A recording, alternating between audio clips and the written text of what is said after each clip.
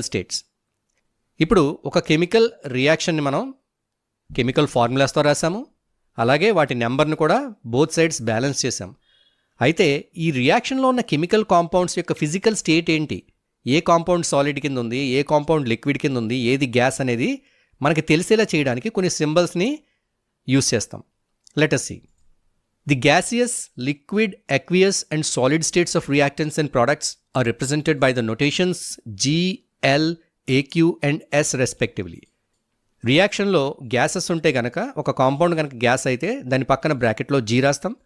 ఒక కాంపౌండ్ కనుక లిక్విడ్ అయితే దాని ఫార్ములా పక్కన బ్రాకెట్లో L రాస్తాం. If that substance is aqueous అయితే AQ రాస్తాం, సాలిడ్ అయితే S రాస్తాం. సో ఎక్వియస్ అంటే ఏంటి? ఎక్వియస్ అంటే అదొక సొల్యూషన్ మనం ఎక్వియస్ అంటాం. అయితే ఆ సొల్యూషన్లో సాల్వెంట్ వాటర్ అయి ఉండాలి ఖచ్చితంగా, అప్పుడే దాన్ని మనం ఎక్వియస్ సొల్యూషన్ అంటాం. So aqueous is a solution in which water is the solvent. So ఈ కెమికల్ ఈక్వేషన్లో సబ్స్టెన్సెస్ యొక్క ఫిజికల్ స్టేట్ని కూడా మనం సింబల్స్తో మెన్షన్ చేసాం.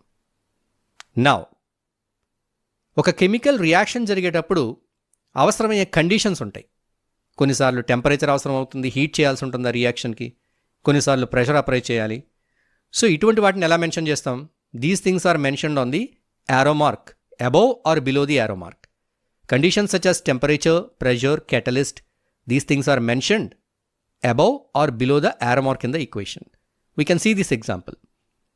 CO, gas, plus 2H2 gas, both the reactants are gases, gives rise to CH3OH, it is a liquid. And here on the arrow mark we can see the pressure, 340 atm, that is the pressure. అలాగే 6CO2 plus 12H2O, CO2 aqueous, H2O liquid, gives rise to C6H12O6 aqueous plus 6O2 aqueous plus 6H2O liquid. So ఇది photosynthesis reaction. ఈ photosynthesis రియాక్షన్లో reactants carbon dioxide, water, products వచ్చి glucose, oxygen and water. ఈ photosynthesis జరగడానికి కావాల్సిన conditions, required conditions we can see here. Sunlight, ఇంకా chlorophyll, దీన్ని మనం యారోకి పైన కింద మెన్షన్ చేసాం. So this is a complete balanced chemical reaction which is indicating the physical states of the substances and also the conditions necessary for the reaction. ఈ reaction కావాల్సిన necessary కండిషన్స్ని mention చేసాం. అలాగే left hand side and right hand side both sides కూడా number of items balance చేయబడి ఉన్న reaction. So it is to be noted that usually physical states are not included in a chemical equation unless it is necessary to specify them.